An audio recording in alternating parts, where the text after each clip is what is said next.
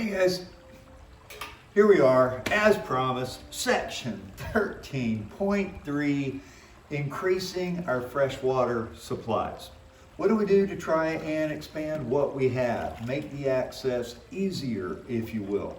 Well, the main thing in the modern day has been large dams and reservoir systems. So we have the river, well, we dam the river up, then we get a huge reservoir behind it.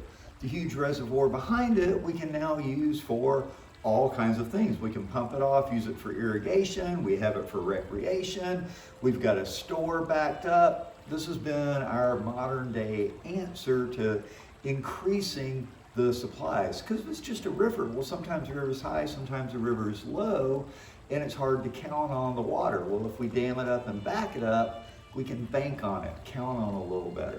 This greatly expanded the water supplies in some areas. And once again, not everywhere can build a dam. We live in Florida, it's so flat, dams don't do very much good, so we don't really have them. Well, it depends where you're at, but it did expand it dramatically in certain places. It also disrupts ecosystems and displace people. If you build it up, you can't live back behind where this huge reservoir is. So just like everything else, we have pluses and minuses to anything we're looking at. Now, the main goal behind a dam and a reservoir system, there's a whole system at work, is to capture and store runoff. Like the river, it's just runoff water, right? We have the whole watershed where the rain comes and it trickles down the streams into this big river system. And then we build a dam and we can back it up. So it allows us to store all of this runoff instead of it just taking off down to the sea or the ocean. And it allows us to release that runoff as needed, so we can help prevent flood control. When it gets a whole bunch of rain, we can trap it up and release some out at a time, protecting the area downstream. We use it to generate electricity. All that potential energy, right, stored in the water. Well, we let it run down, and the water runs down, spins past our turbines. Copper spinning by a magnet generates electricity. So it's not free electricity because we have to build it and maintain it, but it's very inexpensive electricity. We're not having to burn anything, which is also a bonus. It supplies irrigation water. Once again, we have the water stored up and we can control it, so we can use that for irrigation and also just recreation. Gives a place to go boating, you can go fishing, we have the whole lake, reservoir back behind it, all kinds of benefits. Now, the reservoirs that we have back there, the reservoirs that have been made or, created, if you will, well, these reservoirs, if you will, like you say, they're increasing the reliable runoff, they are displacing people, but it also impairs ecological services of rivers, right? It used to be a river, we dam it up, now it's a lake, totally different ecosystem. And down below it is not getting the same amount of water it used to. So some of these ecological services of rivers get failed. Once again, if salmon have to swim upstream to lake, they can't do it anymore. So it does have an ecological disruption. It endangers plants and animal species. Some animals are dependent on this kind of river system. Many plants are as well. We dam it up and it becomes a lake system. We have different plants and animals that live there, drastically affecting it. Also, one of the biggest problems, they fill up with sediment. Right, it used to be a river, right? It's flowing down, it's carrying all that silt and sediment down all the way out into the ocean to the river delta. Well, now we build a dam, and where's the silt going? It's not flowing up and over the dam, it's building up back here. And what happens is we get about a 50-year lifespan of the silt building up in the dam, sort of this eutrophication, right? Cultural eutrophication. The silt's coming down, well, it's a lake. And most lakes, natural lake systems, have a pretty small creek coming in. Well, now we got a big river, and they're not really designed to last forever. You get about 50 years of use out of it before it begins to fill up. And then we have problems. What do we do? A lot of our dams are coming into this 50-year lifespan, and the sediments are beginning to fill up. So once again, these advantages and disadvantages, just like the picture that we've kind of looked at that goes through, a lot of advantages for it. trapping it, keeping the water, flood control, etc. But once again, as dams fail, which we do, then all of that benefit gets washed away in an instant. We have a case study here, how dams can kill a delta. Remember, a delta, that's where the river is flowing into. Like the Mississippi, down at the bottom of Louisiana, just past New Orleans, it dumps into the sea and you have this whole delta area. The Nile, where it comes in, the huge delta region around Egypt. These are thriving ecosystems, wetlands, you name it. Dams can kill a delta. So the Colorado River goes back to our case study at the beginning, flooding through all of this area, some odd 7 states providing water for it. Well, a very small amount of the Colorado River reaches the Gulf of California anymore. And this threatens a lot of aquatic species and river species that used to live in this estuary. Remember, estuary, where the river meets the sea, fresh water meets salt water. Some years, the water doesn't even flow there anymore. The estuaries have dried up. It has largely become desert region because all of the dams along the Colorado River and the water is no longer, we're bleeding it off, mainly for agriculture. Once again, about 70% of our water in general. Then the Colorado River system is closer to 80% going into agriculture throughout this traditionally fairly dry area. The current rate of the river withdrawal is not sustainable.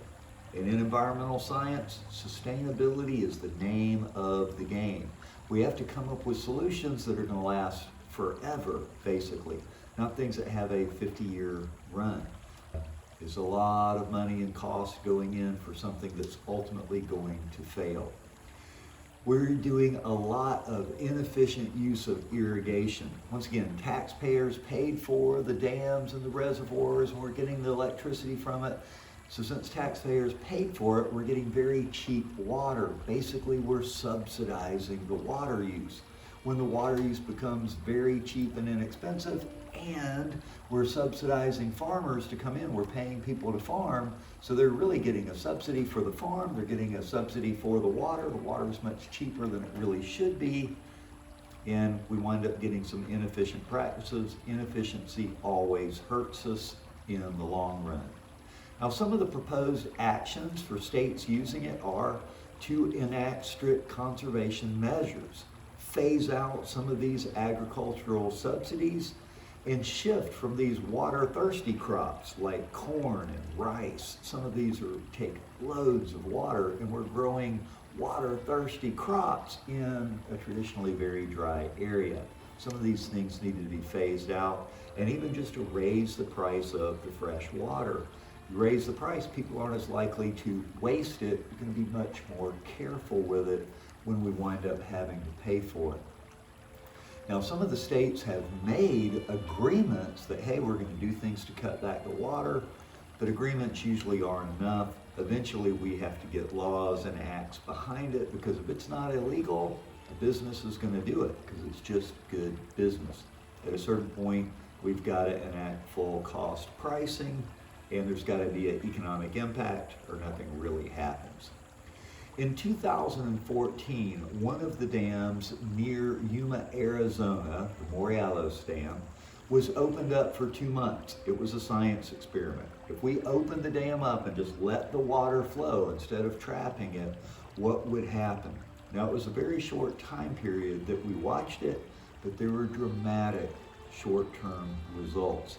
In just the 2 months, we started to see trees come back onto the riverbanks. The estuary reopened back up, became a wetland once again. And once the wetland came, we start getting keystone species moving in. Very short term in looking at and gathering the data, but just by opening this one dam, dramatic environmental effects that we see from it. So although there's all the benefits of what a dam can do, there's a lot of disadvantages that come along with it, and we have to weigh these when we're making decisions about what to do and how to proceed future. Another way of trying to get more fresh water, what can we do to have sustainable fresh water, is looking at desalination, removing salt from seawater. Once again, 97% of all water on the planet Earth is salt water. Loads of it. All we got to do is desalinate it, right? Well, and yeah, that's true. There's plenty of water. We just got to remove the salt from it. Well, two main ways to go about it right now. The first one is distillation. This is kind of a human-made water process. We heat the water up till it boils into steam, condense it, and that's fresh water. What's left behind is, so I boil it here, and I condense it here, fresh water, very, very salty water. But it's very easy. You boil the water, you condense it, what comes out is perfectly fresh water. The distillation. You go to the store and you can buy distilled water. That's all we've done. Boiled it, trapped the steam, condensed it, fresh water. Very simple, you can do it anywhere. Of course, the problem is, it takes a lot of energy. We have to boil the water away.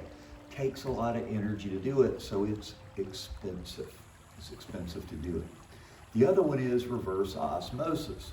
You take a membrane, I'll stick a picture up here behind to kind of see it, but I'll describe it through. You take a membrane, you push the water here, so you got to squeeze the water out with pressure to push the water through the membrane. The membrane is semi-permeable. Small things can get through, like water molecules. Larger molecules can't fit through, like impurities and salt. So we pressurize the water, push it through the membrane. So over here we have fresh water. So by the picture you kind of see, you're kind of pushing the water down. So what I'm left with is incredibly salty water and fresh water. Well, what do we do with the incredibly salty water? If we just dump it right back into the ocean, especially if it's near land where we tend to have these desalination plants, well then it makes the water there too salty. Once again, salinization zones change, but if we keep dumping super salty water right back into the ocean near where most of the aquatic life is, it's a problem. And we have to do something. If we dump the salt water on the land, well, then it can ruin the land for growing any kind of crop. The problem with reverse osmosis largely is cost and what do we do with the waste? What do we do? Problems with both. Now, there are more than 18,000 desalination plants currently operating across the world.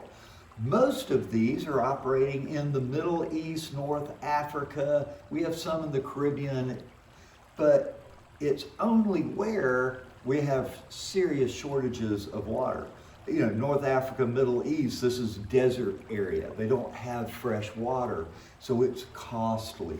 So those are the main places that are doing it. Once again, if you have access to fresh water from the water cycle, it's very cheap. This is expensive and once again comes with certain problems. So high cost, high amount of energy use, and then large amounts of this salty wastewater are our problems with it. Now, this is an area that we're looking at. Can we use solar energy, wind power in order for the energy cost? This makes it much more renewable and possible. And we're coming up with better technologies all the time to lower the cost of desalination. Ultimately, we're left with this issue of what do we do with the super salty water? One of the really good ideas is doing it far enough offshore where the water could be dumped down. Once again, the open ocean doesn't have as much sea life, if you will, per square kilometer of sea. So doing this way out in the open ocean solves some of this, what do we do with the super salty water, but we still wind up having the cost of having to pipe it in or ship it in or something else. We've got to solve some of the energy problems around it, but the technology is there. Guys, that wraps it up for this section. Come back next time when we look about water transfer. How do we get water from here to there? Just what we were talking about with this one. If we do the desalination offshore, we got to get it to the people. We'll look at that next time. Take care. We'll see you around.